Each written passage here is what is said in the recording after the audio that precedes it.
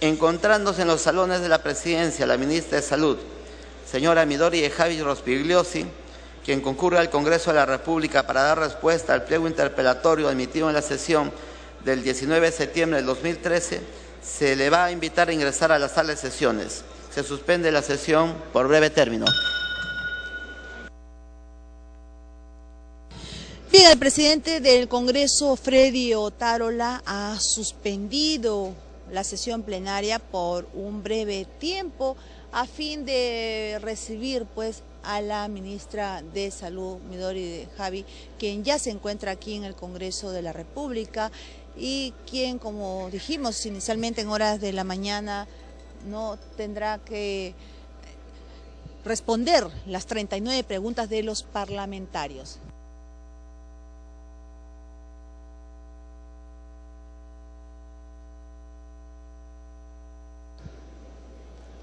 Bien, debemos mencionar que previamente se aprobó en primera y en segunda votación el dictamen que declara de interés nacional y necesidad pública la protección de la biodiversidad y del patrimonio cultural del Cerro Campana en el distrito de Huanchaco, provincia de Trujillo, departamento de La Libertad. Debemos mencionar que dicho dictamen fue sustentado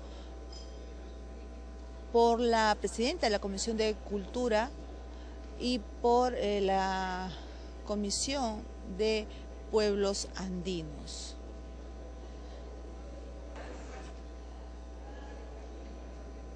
Bien, entonces los parlamentarios se preparan para recibir a la ministra del sector salud, quien deberá responder un pliego interpelatorio de 39 preguntas de los parlamentarios de las distintas bancadas.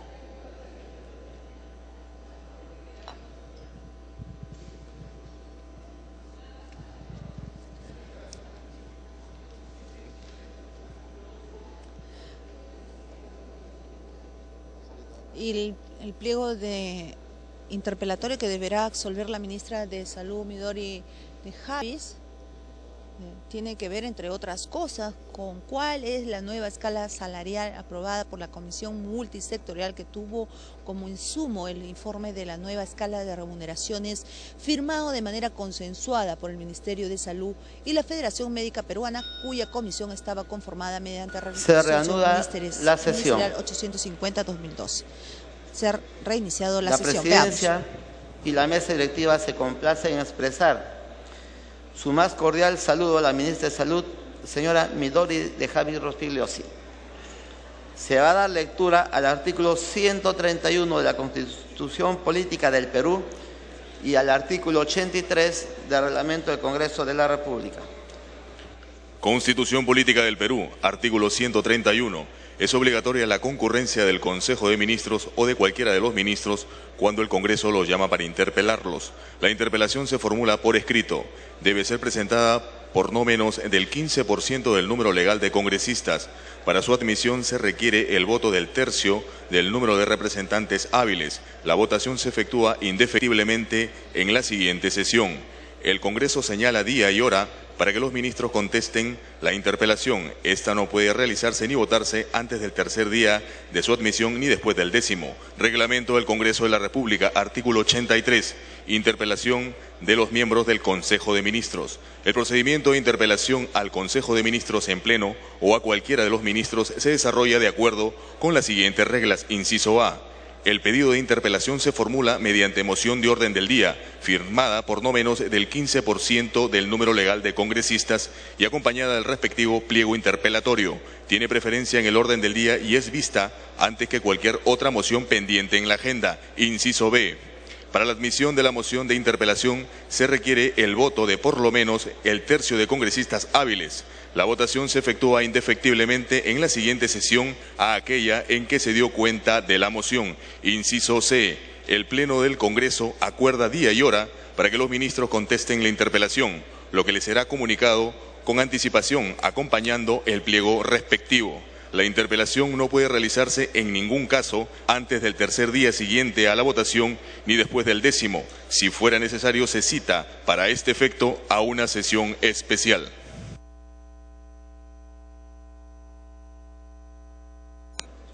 La metodología a seguir en la interpelación será la siguiente. El relator leerá cada una de las preguntas contenidas en el pliego interpelatorio, la que inmediatamente será respondida por la ministra de Salud. En esta etapa no se conceden interrupciones. Según lo acordado por los portavoces, el debate tendrá una duración de 2 horas, distribuido proporcionalmente entre los grupos parlamentarios de la manera siguiente. Nacionalistas Gana Perú, 40 minutos. Fuerza Popular, 33 minutos. Perú Posible, 9 minutos. Acción Popular Frente Amplio, 9 minutos. Solidaridad Nacional, 8 minutos. Unión Regional, 7 minutos. Partido Popular Cristiano, APP, 7 minutos. Concertación Parlamentaria, 6 minutos. Haciendo la salvedad que la mesa va a tener la tolerancia del caso. Para tal efecto, se solicita a los portavoces alcanzar a la mesa la relación de oradores en el orden y por el tiempo en que harán uso de la palabra. Relator, dé lectura a la primera pregunta contenida en el pliego interpelatorio. Pliego interpelatorio a la ministra de Salud, Midori de Javich Rospigliosi. Pregunta número 1. ¿Cuáles fueron las razones para que el acta de fecha 20 de octubre de 2012, suscrita por la Federación Médica Peruana, se firme a las 3 a.m. aproximadamente? Señora ministra. Muy buenos días. Por su intermedio, señor presidente, un saludo a todos los representantes congresistas de este Congreso. El acta de acuerdo entre el Ministerio de Salud y la Federación Médica Peruana fue suscrita el día 20 de octubre a las 6 p.m. Cabe señalar que el día anterior, 19 de octubre, se reunieron los miembros de la mesa paritaria y representantes de la Junta Directiva de la Federación Médica Peruana desde las 11 a.m., culminando esta reunión luego de una ardua y prolongada discusión a las 3 a.m. del día 20 de octubre. Precisamente con la elaboración de un proyecto de acta de acuerdos en la que se consignó la hora de redacción. Este documento fue luego llevado por la dirigencia de la Federación Médica Peruana a su asamblea de bases para su aprobación, lo que efectivamente ocurrió, quedando involuntariamente registrada la hora consignada originalmente y no la hora real de suscripción del acta, que, como reitero, fue a las 6 p.m. Siguiente pregunta. Pregunta número 2. ¿La firma del acta en mención fue previa coordinación con el ministro de Economía y Finanzas? Cada punto acordado en el acta que implicaba un impacto presupuestal fue coordinado con el Ministerio de Economía y Finanzas debido a que algunos de los acuerdos debían ser incluidos en la Ley de Presupuesto del Sector Público para el año fiscal 2013. Siguiente pregunta. Pregunta número 3. ¿Por qué razones su despacho emite la resolución ministerial 850-2012 MINSA, que conforma la comisión multisectorial publicada con fecha 26 de octubre de 2012? Esto es después de 6 días de haberse firmado el acta. La resolución ministerial número 850-2012 MINSA no conforma la comisión multisectorial. Lo que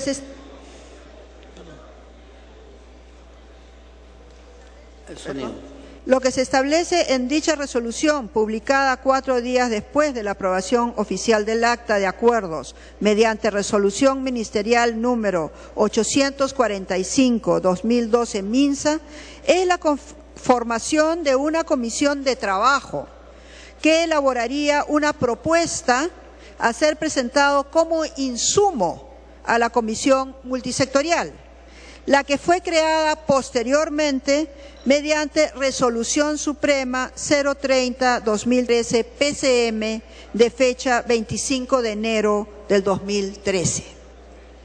Siguiente pregunta. Pregunta número 4. ¿Su despacho emitió algún documento dirigido a la comisión multisectorial para que cumpla con su trabajo respetando los plazos firmados en el acta de fecha 20 de octubre de 2012? Señora ministra.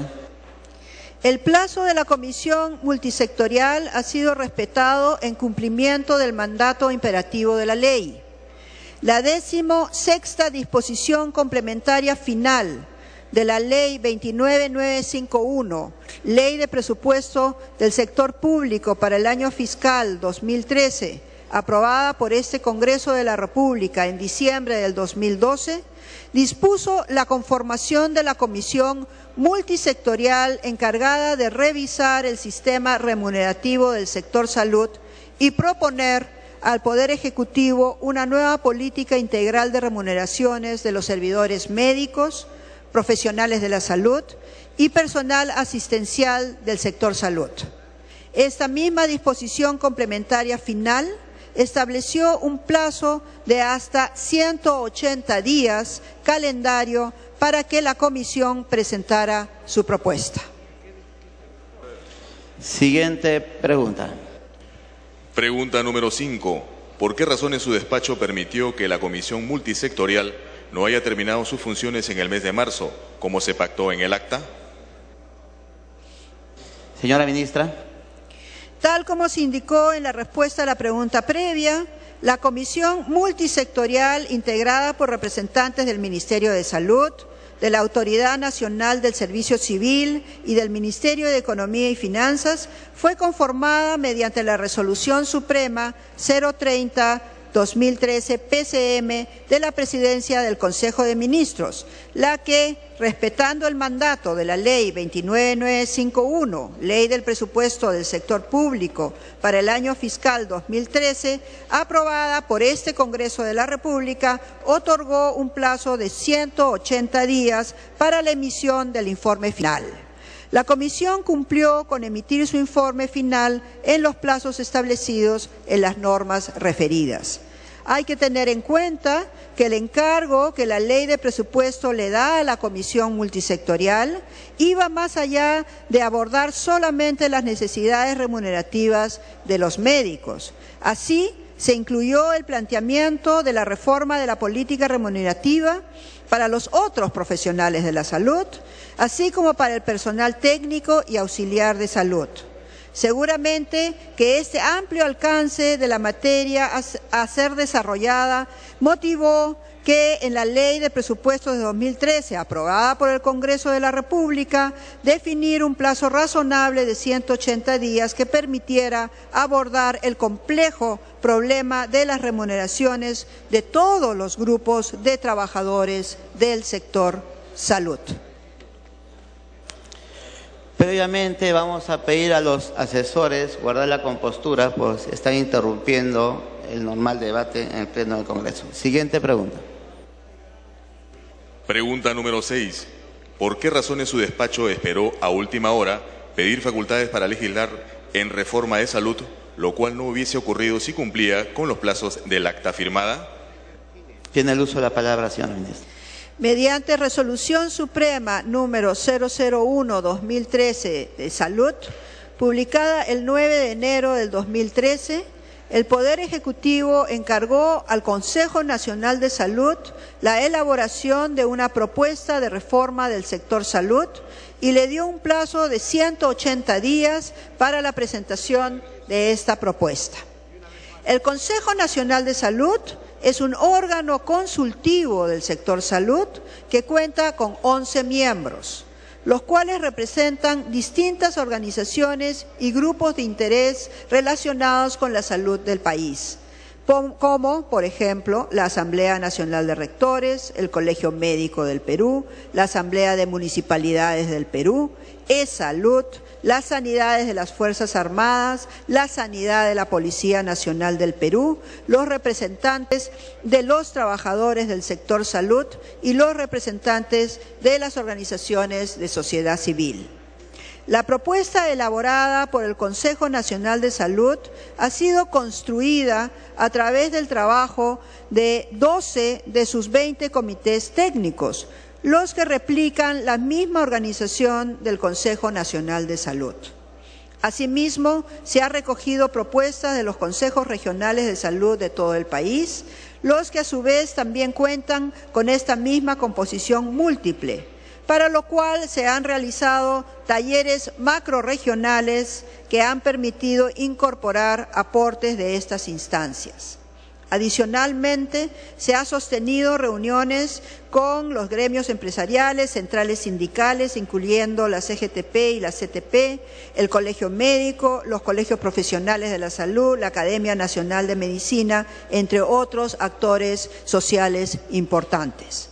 La solicitud de delegación de facultades fue realizada considerando que la concreción de algunas de las propuestas de reforma hacía necesario legislar en aspectos críticos de la mayor importancia para el fortalecimiento del Sistema Nacional de Salud y la conducción estratégica sectorial, los que incluyen materias que requieren de un desarrollo técnico especializado, como en el caso de la política de inversiones en salud, el desarrollo de redes integradas de servicios y cuidados de salud o el mejoramiento del acceso al aseguramiento en salud.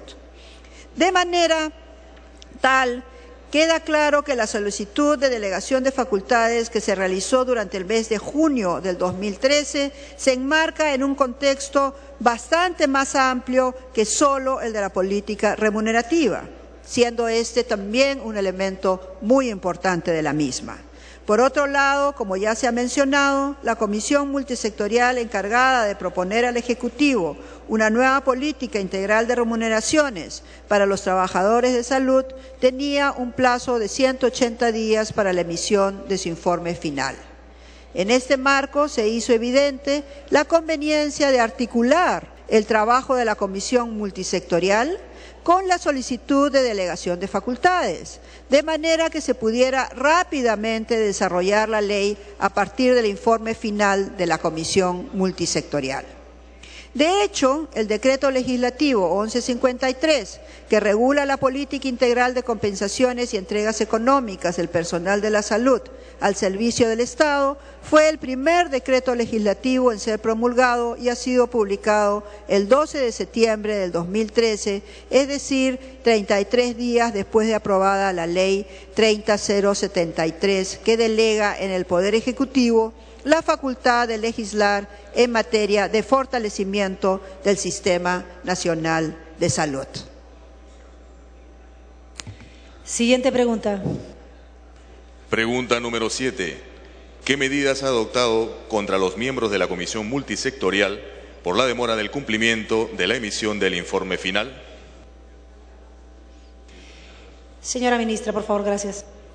La Comisión Multisectorial ha cumplido con emitir el informe final dentro del plazo que la Ley 29951 y la Resolución Suprema 030 de 2013 de la PCM establecieron. Siguiente pregunta. Pregunta número 8. ¿Por qué razones hasta la fecha el informe final de la Comisión Multisectorial no es público? Señora ministra. El informe final de la Comisión Multisectorial es público y se puede encontrar en el portal de Internet del Ministerio de Salud.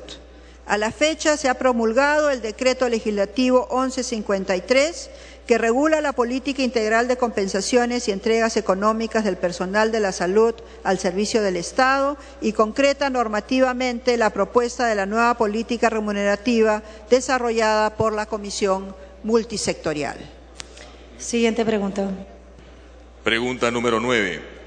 ¿Cuál es la nueva escala salarial aprobada por la Comisión Multisectorial que tuvo como insumo el informe de la nueva escala de remuneraciones firmado de manera consensuada por el Ministerio de Salud y la Federación Médica Peruana, cuya comisión estaba conformada mediante resolución ministerial 850-2012 MINSA? Señora ministra. Como se ha mencionado en la respuesta a la pregunta número 3, la Comisión de Trabajo, conformada mediante resolución ministerial 850-2012 MINSA, tenía el encargo de elaborar una propuesta a ser presentado como insumo a la Comisión Multisectorial. En ese sentido, la propuesta expresaba la expectativa de la dirigencia de la Federación Médica del Perú y no un consenso con el Ministerio de Salud. Por otro lado, el encargo que la Resolución Suprema 030-2013 PCM establece para la Comisión Multisectorial no fue el de aprobar una escala salarial, sino revisar el sistema remunerativo del sector salud y proponer una nueva política integral de remuneraciones de los servidores médicos, profesionales de la salud y personal asistencial del sector salud. En el decreto legislativo 1153, elaborado sobre la base del informe final de la Comisión Multisectorial, se emplea la terminología establecida en la Ley 30057, Ley de Servicio Civil, aprobada por este Congreso de la República. Así, el mencionado decreto legislativo regula la política integral de compensaciones y entregas económicas del personal de la salud al servicio del Estado y concreta normativamente la nueva política remunerativa del personal de salud, que tiene como características resaltantes las siguientes. Se unifica la compensación económica principal de los trabajadores de salud, terminando con las desigualdades y distorsiones entre los trabajadores de Lima y la de las otras regiones del país. Se establece una bonificación por responsabilidad jefatura de departamento o servicio. Se establece una bonificación por trabajo a dedicación exclusiva en servicios de salud pública. Se establece una bonificación para trabajo en atención primaria de salud. Se establece una bonificación para trabajo en zonas alejadas y de frontera. Se establece una bonificación para el trabajo en zonas de emergencia y una bonificación por trabajo de atención especializada. Mediante Decreto Supremo 223 del 2013, EF, de fecha 13 de septiembre del presente año, ha sido aprobada la valorización de la compensación económica principal para el grupo ocupacional de médicos y profesionales de la salud. El detalle de esta valorización está disponible en el portal de Internet del Ministerio de Salud. Siguiente pregunta. Pregunta número 10. ¿Qué tipo de seguimiento hizo usted al trabajo de la Comisión Multisectorial? Señora Ministra. La Comisión Multisectorial estuvo presidida por el Director General de la Dirección de Gestión y Desarrollo de Recursos Humanos del Ministerio de Salud, realizándose una reunión semanal ordinaria y, de acuerdo a las necesidades, reuniones extraordinarias. Los avances de dicha comisión eran informados quincenalmente al despacho ministerial, recibiendo las orientaciones respectivas relacionadas al objeto, finalidad, alcance, estructura y criterios para elaborar la propuesta. En la etapa final se prestó especial importancia al tema del costeo de la política integral de remuneraciones y a los mecanismos de su implementación en el marco de la reforma de salud. Su financiamiento fue coordinado con el Ministerio de Economía y Finanzas, que era parte de la Comisión Multisectorial. Siguiente pregunta. Pregunta número 11. En su condición de ministra de Salud, ¿cuántas veces se ha reunido con la dirigencia de la Federación Médica Peruana para prevenir la huelga médica? El Ministerio de Salud, con el fin de mantener un diálogo continuo con los gremios del sector, conforma mesas paritarias de trabajo, las cuales se reúnen en forma permanente con los gremios.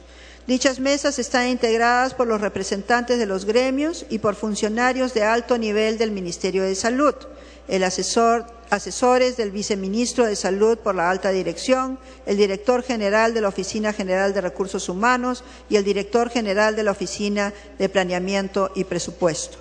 El Ministerio de Salud se ha reunido un total de 10 veces con la Federación Médica a través de la mesa paritaria respectiva, a fin de tomar acuerdos para evitar la huelga médica. Dicho mecanismo se empleó con todos los gremios y sindicatos del sector y gracias a él se pudo evitar algunas huelgas con la Federación de Obstetrices, Odontólogos, etcétera, que en total abarcan aproximadamente 31.000 trabajadores. Siguiente pregunta.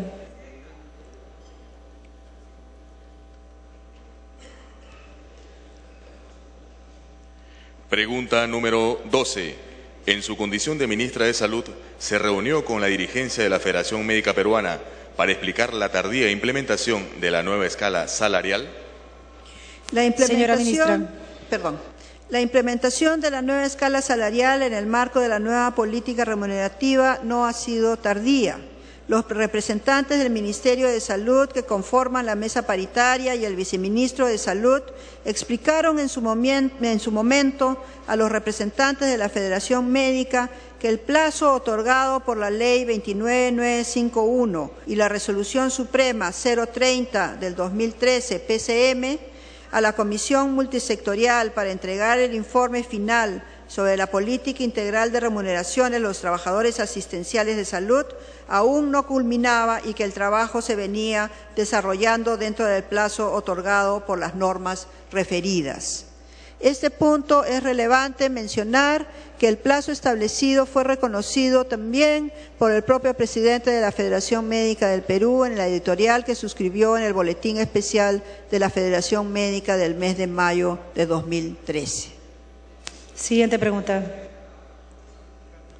Pregunta número 13. ¿Conoce usted que la Federación Médica Peruana y la Asociación Nacional de Médicos del Ministerio de Salud le solicitaron con oficio 109-2013 recibido por trámite documentario con fecha 29 de abril de 2013 una entrevista para evitar la huelga médica? Señora ministra. En atención al documento antes mencionado, el viceministro de Salud, doctor José del Carmen Sara, se reunió con los representantes de la Federación Médica Peruana y de la Asociación Nacional de Médicos del Ministerio de Salud, en dos ocasiones, el 25 de mayo y el 18 de julio de 2013. Explicando que los compromisos asumidos por el Ministerio de Salud con la Federación Médica Peruana en octubre del 2012 venían cumpliéndose hasta antes del inicio de la huelga el 16 de julio de 2013. Así, se otorgó bonos de 3.500 soles en diciembre del 2012 y mayo del 2013. Se autorizó mediante decreto supremo la transferencia de partidas para el nombramiento del personal de salud de 11 gobiernos regionales, previéndose completarlo como se acordó con la Federación Médica hasta diciembre del 2013. Se autorizó en la Ley de Presupuesto del Sector Público para el año 2013 y se reglamentó mediante decreto supremo que los médicos generales puedan brindar servicios por prestaciones complementarias. Se aprobó mediante decreto supremo la bonificación mensual a favor del personal de salud que labora en establecimientos ubicados en zonas alejadas y de frontera. Y se conformó la comisión multisectorial encargada de elaborar la propuesta de nueva política remunerativa, la cual, como ya se ha señalado, tenía un plazo de 180 días que vencía el 8 de agosto del 2013, es decir, 23 días luego del inicio de la huelga. Antes de continuar, haría un llamado, por favor, a los voceros para que hagan la convocatoria a aquellos congresistas que no están presentes en este momento. El Congreso, como institución, decidió convocar a la ministra a un pliego interpelatorio y no es correcto la inasistencia de gran número de congresistas. Siguiente pregunta. Pregunta número 14. A partir del 20 de octubre de 2012, fecha en que se suscribió el acta, ¿cuántas veces se ha reunido usted como ministra con la dirigencia de la Federación Médica Peruana y la Asociación Nacional de Médicos del Ministerio de Salud?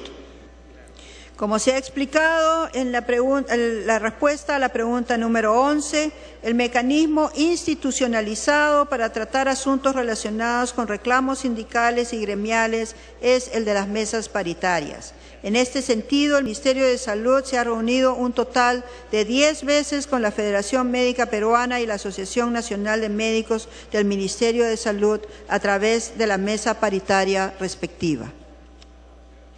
Siguiente pregunta. Pregunta número 15. Explique usted por qué razones en presencia del monseñor Bambarén y ante los medios de prensa se dijo que se cumplía con el pago de 1.500 soles conforme lo pactado en el acta. Sin embargo, en horas de la tarde de ese mismo día, cuando el abogado de la Federación Médica Peruana, Fidel Cruzado Burga, acudió al despacho del Ministerio para elaborar la preacta, se da con la sorpresa que dentro de los 1.500 soles se había incluido los 818 soles que por incentivo los médicos lo perciben en Lima y en regiones 360 soles, más de 12 años. Señora ministra. El acta de acuerdos del 20 de octubre del 2012 establece como aspiración de la Federación Médica Peruana que la Comisión Multisectorial considere un incremento de 1.500 en la remuneración de los médicos cirujanos dentro de su propuesta de nueva política integral de remuneraciones de los trabajadores asistenciales de salud. El acta exponía inicialmente la situación de las remuneraciones de los médicos cirujanos y consignaba los montos de estas remuneraciones, explicando cómo, por ejemplo, para el primer nivel, la remuneración ascendía a 3.068 soles, sin hacer ninguna mención a los componentes adicionales del ingreso, como aetas o bonos por diversos conceptos, para luego establecer que se tomaría en consideración un incremento de 1.500 soles en las remuneraciones. Vale la pena señalar que los componentes adicionales del ingreso eran heterogéneos, variables y se constituían en elementos generadores de inequidad en el ingreso de los médicos, privilegiando a quienes trabajan en Lima o en los grandes centros urbanos del país. La disparidad en las remuneraciones del personal médico surgió porque en el transcurso de los años, para paliar la falta de incrementos en la remuneración principal, se fueron creando diferentes conceptos que terminaron generando diferencias significativas entre los ingresos del personal del interior del país y los que laboran en Lima. Semejante estructura constituía un desincentivo para contar con profesionales en las regiones del país y en las zonas más apartadas. Por ello es que la nueva política remunerativa tenía que empezar ordenando la estructura salarial, estableciendo un trato más equitativo entre los profesionales que laboran en Lima y en las regiones y tratando de hacer atractivo trabajar en las diferentes zonas del país que tienen una problemática de salud más compleja. En este sentido, se ha alcanzado la aspiración de la Federación Médica Peruana consignada en el acta al otorgar un incremento de 1.500 soles en las remuneraciones de todos los médicos, pero además al incorporar en esta remuneración los componentes adicionales del ingreso, se ha igualado el piso remunerativo para sobre él establecer bonificaciones que permitan hacer operativa la política remunerativa, que, como se ha mencionado, termina con las desigualdades y distorsiones entre los trabajadores de Lima y las de otras regiones del país y establece incentivos para los trabajadores que ocupen puestos de responsabilidad jefatural, desarrollen labores especializadas o se desempeñen en zonas alejadas de frontera y zonas de emergencia. Siguiente pregunta. Pregunta número 16. ¿Por qué razones no ha gestionado la transferencia del presupuesto para el pago de nivelación del ascenso en la carrera médica, el cual solamente se paga en Lima, más no en las regiones del país, lo cual viene generando devengados exponiendo a los médicos a tener que seguir procesos judiciales para el recupero del mismo? Señora ministra. La Ley 29951, Ley de Presupuesto del Sector Público para el año fiscal 2013, en su 47ª disposición complementaria final, autorizó el ascenso automático excepcional por años de servicio de médicos y profesionales de la salud, estableciendo que para hacer efectiva dicha excepción se requiere que las plazas se encuentren aprobadas en el cuadro de asignación de personal CAP, y registradas en el aplicativo informático para el registro centralizado de planillas y de datos de los recursos humanos del sector público, el cual está a cargo de la Dirección General de Gestión de Recursos Públicos del Ministerio de Economía y Finanzas. El cumplimiento de dichos requisitos es responsabilidad de cada pliego presupuestal, así como el gestionar ante el Ministerio de Economía y Finanzas la modificación presupuestaria correspondiente para el pago de nivelación por ascenso automático. El Ministerio de Salud cumple el rol de proveer asistencia técnica a los gobiernos regionales en este proceso, lo que incluye la verificación de la consistencia de la información que es remitida por los gobiernos regionales. En este sentido, la Oficina General de Gestión de Recursos Humanos del Ministerio de Salud ha establecido coordinaciones con las regiones para contar con la información pertinente. Cabe anotar que durante la 7ª reunión extraordinaria de la Comisión Intergubernamental de Salud, SICS, realizada en la ciudad de Pucallpa los días 22 y 23 de agosto, se estableció el compromiso de los gobiernos regionales de, y abro comillas, remitir al MINSA la información de la población económicamente activa revisada por la DIRESA de los profesionales comprendidos en las actas suscritas con los gremios de trabajadores de profesionales de la salud, cierro comillas. De esta manera, además del registro del aplicativo informático para el registro centralizado de planillas y de datos de los recursos humanos del sector público del Ministerio de Economía y Finanzas, se viene desarrollando y está en culminación el proceso de validación de la información que, insisto, es de responsabilidad de los gobiernos regionales como requisito para que estos gestionen las transferencias presupuestales para el pago de nivelación por ascenso automático de médicos y profesionales de la salud en las regiones. Siguiente pregunta. Pregunta número 17. ¿Qué medidas ha adoptado su sector para superar este grave problema y cumplir con el pago de devengados por omisión de pago por nivelación, el cual debió pagarse desde diciembre de 2012? Señora ministra. Como se ha señalado en la respuesta a la pregunta anterior, es responsabilidad de cada gobierno regional el cumplimiento de lo dispuesto por la 47ª disposición complementaria final de la Ley 29951, Ley de Presupuesto del Sector Público para el año fiscal 2013, que establece como requisito que las plazas se encuentren aprobadas en el cuadro de asignación de personal CAP y registradas en el aplicativo antes mencionado, para lo cual se debe asegurarse la consistencia de la información correspondiente al cuadro de asignación de personal. No obstante esta responsabilidad de los gobiernos regionales, reitero, la Oficina General de Gestión de Recursos Humanos del Ministerio de Salud sigue estableciendo y ha continuado estableciendo coordinaciones con las regiones para que éstas puedan remitir la información de la población económicamente activa revisada por la DIRESA de los profesionales comprendidas en las actas suscritas con los gremios de trabajadores profesionales de la salud. Asimismo, para los ajustes de estos datos y cifras, el MINSA viene brindando esta asistencia técnica a las unidades ejecutoras de salud que no recibieron los beneficios, y a nivel de los gobiernos regionales se ha destinado equipos de trabajo que coordinan directamente tanto con la Dirección Regional de Salud o la Gerencia Regional de Salud, como con la Gerencia de Desarrollo Social o Gerencia de Planificación de los gobiernos regionales cuando esto se requiere. Siguiente pregunta. Pregunta número 18. ¿Por qué razones no se ha cumplido con nombrar el 25% de médicos en 12 regiones del país y solamente se hizo en 11 regiones?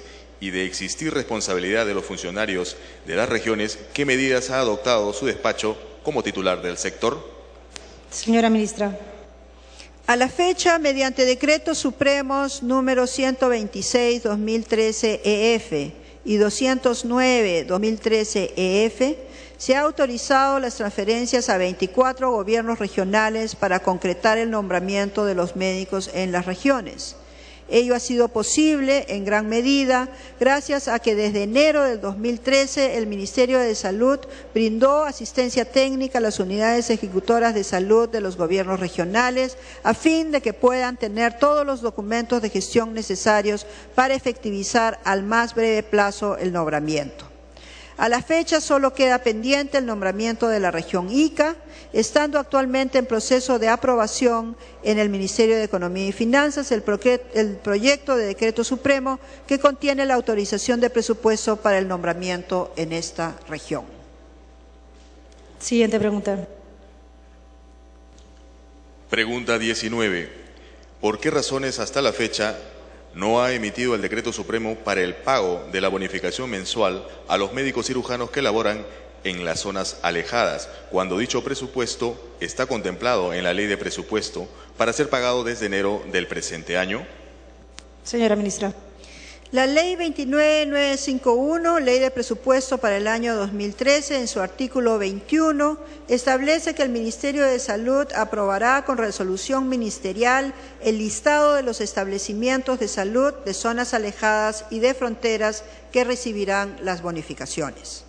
En ese sentido, para la identificación de los establecimientos de salud ubicados en zonas alejadas y de frontera, el MINSA y los gobiernos regionales desarrollaron un trabajo de concertación intergubernamental en el marco de la Comisión Intergubernamental de Salud, para el propósito de identificar los establecimientos de zonas alejadas y de frontera. Se definieron criterios técnicos en 3 reuniones de trabajo con un grupo especial conformado por representantes del Ministerio de Salud y de los gobiernos regionales, y a través de 2 sesiones de la Comisión Intergubernamental de Salud se llevaron a cabo estos trabajos técnicos. Los criterios se aprobaron el 21 de marzo de 2013 en la sesión ordinaria número 12 de la SICS. Estos acuerdos fueron: 1. Establecimientos de salud ubicados en las zonas alejadas.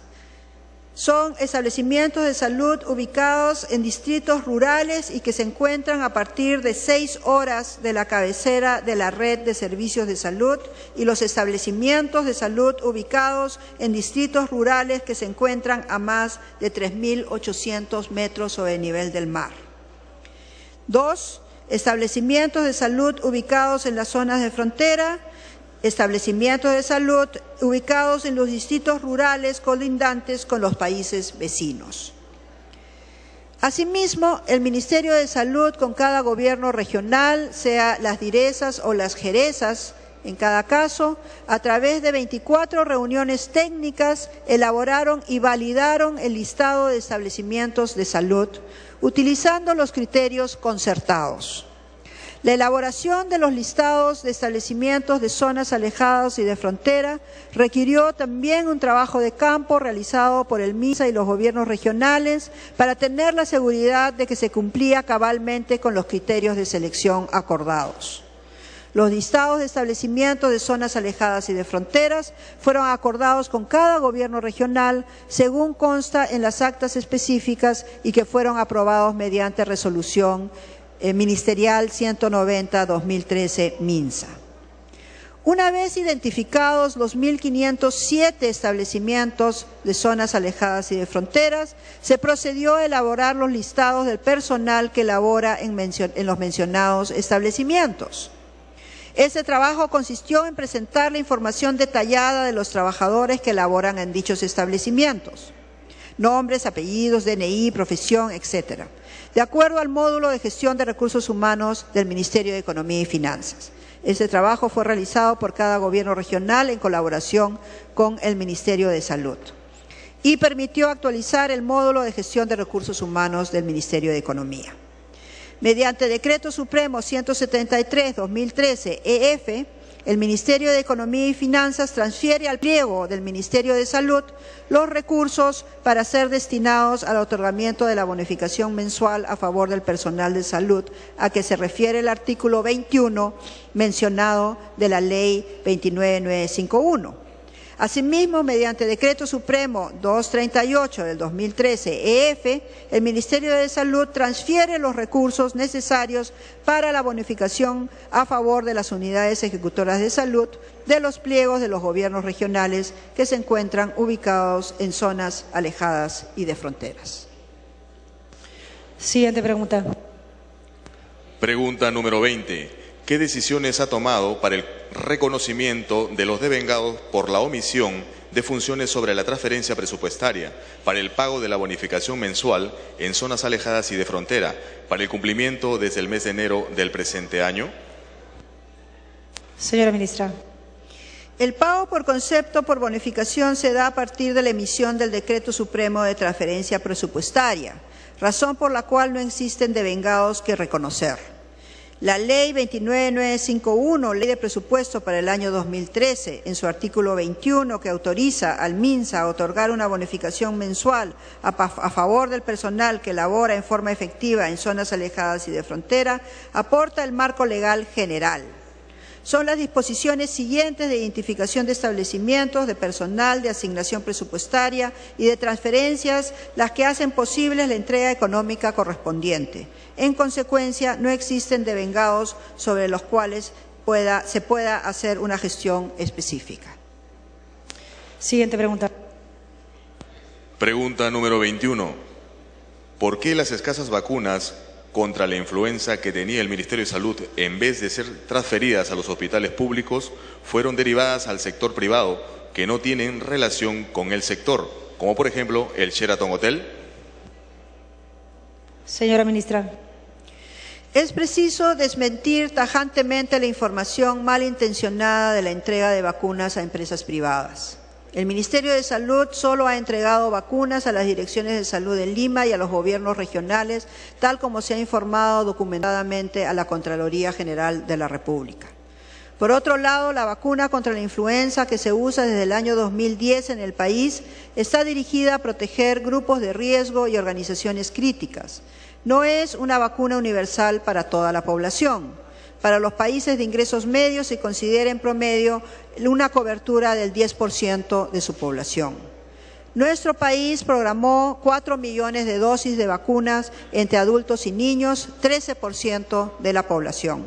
Mientras, por ejemplo, Argentina, una población de 42 millones, se utilizó 4.9 o 4.5 y 4.5 millones de dosis para los años 2011 y 2012 respectivamente, lo que representa un 11% de la población. Siguiente pregunta. Pregunta número 22. A la fecha, ¿cuántos infectados por el virus H1N1 se han detectado y cuántos han fallecido? ¿Se ha investigado la presunta negligencia en la falta de atención oportuna y de medicamentos en estas muertes? Señora ministra. En la actual temporada de bajas temperaturas, desde mediados de mayo hasta la fecha, se han confirmado 1.675 casos de influenza H1N1, de los cuales 558, el 33.3%, se presentaron en Lima y Callao. El total de fallecidos confirmados en este mismo periodo es de 118 personas. Se ha realizado la investigación y análisis de los casos fallecidos confirmados. Se aprecia que el 80% de ellos presentaban comorbilidad o condición de riesgo, tales como obesidad, diabetes, hipertensión arterial, insuficiencia renal crónica y cardiopatías, entre otras patologías.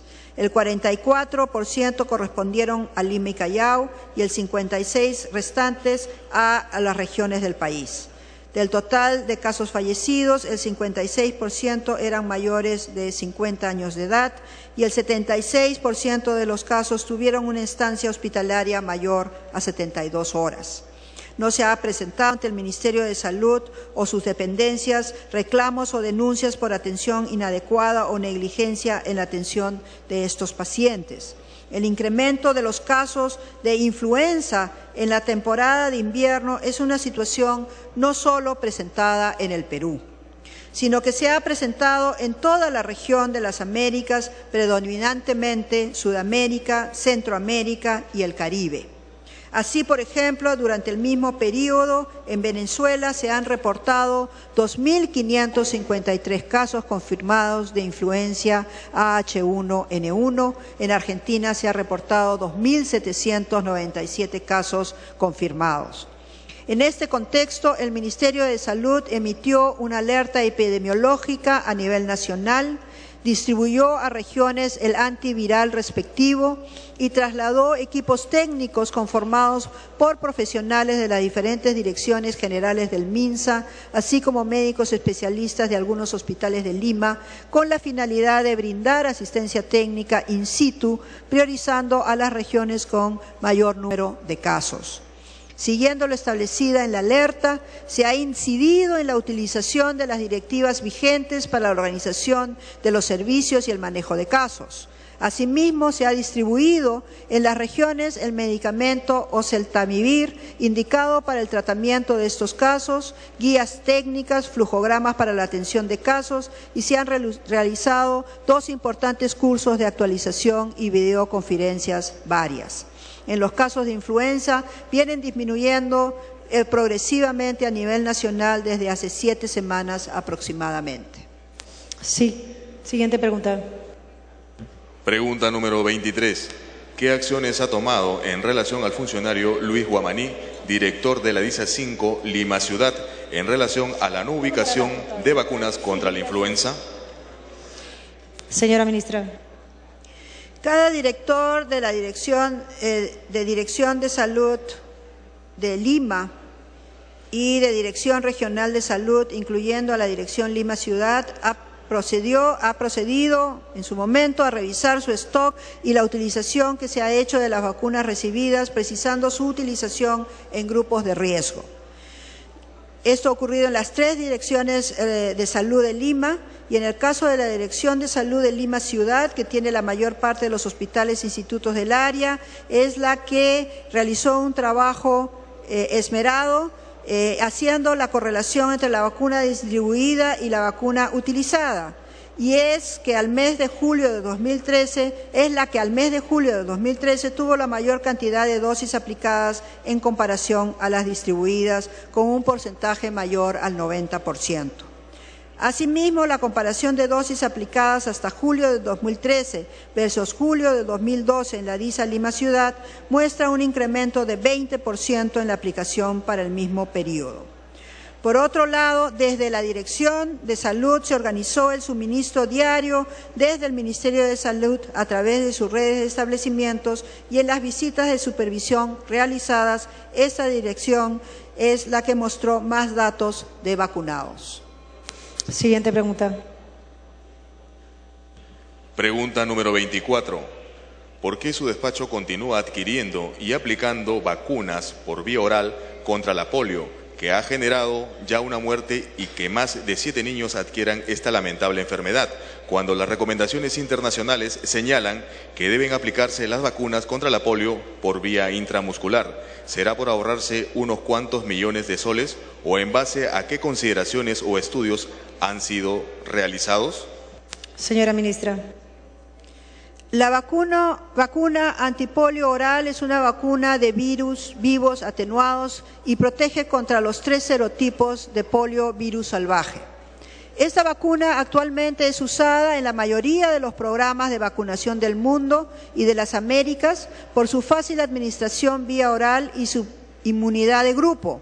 Es decir, que tiene el beneficio adicional de inmunizar a un niño no vacunado cuando entra en contacto con el virus vacunal excretado al ambiente por un niño vacunado. Esta vacuna ha permitido en el Perú proteger a millones de niños y niñas y evitar miles de casos de poliomielitis con las consecuencias de mortalidad y discapacidad infantil que se hubieran producido.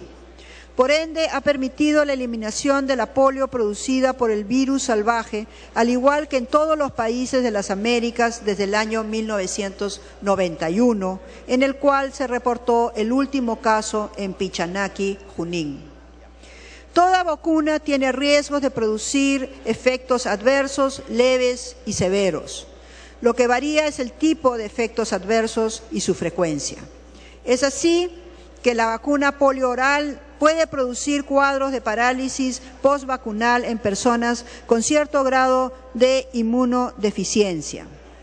Los 7 lamentables casos de eventos adversos severos ocurridos luego de la vacunación contra la polio corresponden un caso al año 2003, un caso al año 2010, 4 casos en el año 2011 y un caso en el año 2013. Las recomendaciones internacionales dadas en la reciente reunión del 5 de julio del 2013 por el Grupo Técnico Asesor en Vacunas de la Organización Panamericana de la Salud para la región de las Américas son de continuar utilizando la vacuna contra la polio vía oral. Sin embargo, Para minimizar el riesgo de eventos adversos, el Ministerio de Salud ha modificado su normativa, adoptando un esquema mixto de vacunación, que disminuye el riesgo de presentación de casos de poliomielitis asociado a vacuna, utilizando exclusivamente vacuna intramuscular para los niños de 2 y 4 meses, continuando con dosis de vacuna antipolio oral a los 6 meses con refuerzos a los 18 meses y 4 años. De esta manera se mantienen las ventajas de usar la vacuna oral y se disminuye sus desventajas al disminuir el riesgo de casos de poliomielitis asociada a vacuna. Con relación a la vacuna de polio inyectable, esta se ha utilizado por varios años prioritariamente en niños con problemas de inmunodeficiencia como el VIH. En Latinoamérica, la mayoría de países utiliza solo la vacuna antipoliomielítica oral en sus esquemas nacionales de vacunación. Solo Uruguay y Costa Rica utilizan de forma exclusiva la vacuna inyectable en sus programas de vacunación.